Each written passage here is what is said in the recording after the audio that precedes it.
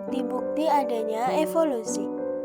Hai, perkenalkan nama saya Afi Kenisi dari kelas 12 IPA 3. Buat kalian yang baru pertama kenal, hai, salam kenal.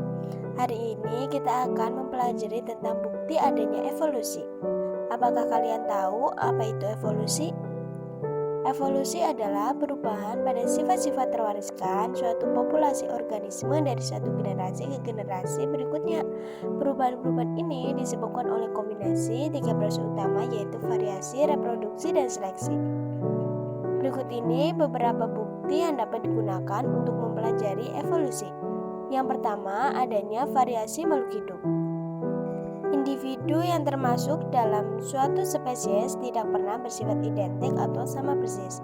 Variasi ini terjadi karena faktor genetis dan lingkungan. Yang kedua, rekaman fosil. Fosil adalah sisa-sisa makhluk hidup yang pernah hidup pada masa lampau dan telah membatu.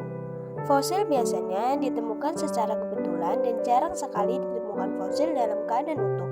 Namun, ada salah satu fosil yang ditemukan dalam keadaan lengkap, yaitu fosil kuda pertama yang hidup kira-kira 60 juta tahun pada zaman Eosin. Oleh para ahli, kuda pertama ini diberi nama Hyracotherium atau Eohippus. Perubahan pada kuda Eohippus hingga Equus. Pada tubuh semula sebesar kucing, kini sebesar Equus seperti sekarang. Kepala makin besar, jarak mulut dengan mata makin jauh.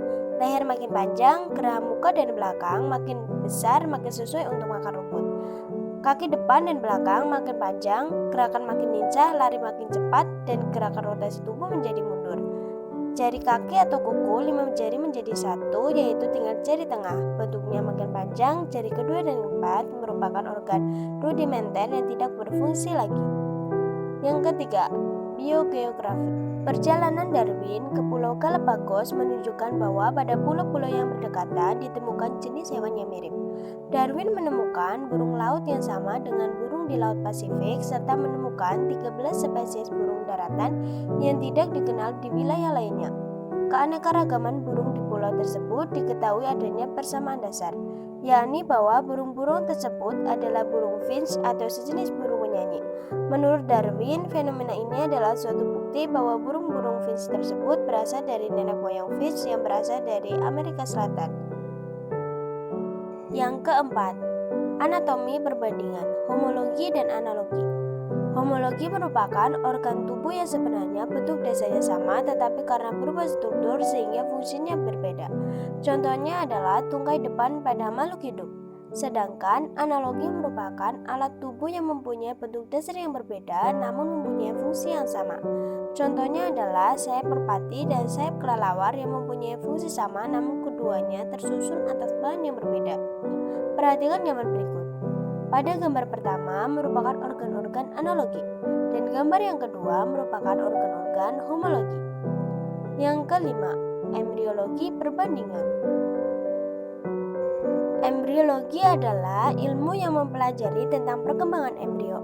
Dalam embriologi perbandingan terdapat hubungan kekerabatan pada vertebrata yang ditujukan adanya persamaan bentuk perkembangan yang dialami dari zigot sampai embrio. Makin banyak persamaan yang dimiliki embrio-embrio menunjukkan makin dekatnya hubungan kekerabatan. Yang keenam, alat tubuh yang tersisa atau organ vestigial. Beberapa organisme memiliki struktur atau organ-organ yang tampaknya tidak memiliki fungsi yang berguna. Contohnya pada manusia yaitu selaput mata pada sudut mata sebelah dalam, otot penggerak telinga, tulang ekor, gigi taring, rambut pada dada, serta buah dada pada laki-laki. Selain pada manusia, juga terdapat pada hewan seperti yang diketahui bahwa pada burung kiwi terdapat sayap, pada paus selama masih embrio mempunyai gigi pada rahang dan mereduksi setelah lahir. Sekian hasil belajar hari ini, semoga bisa bermanfaat dan menambah wawasan kalian ya. Terima kasih, jangan lupa like, comment, and subscribe. Dadah!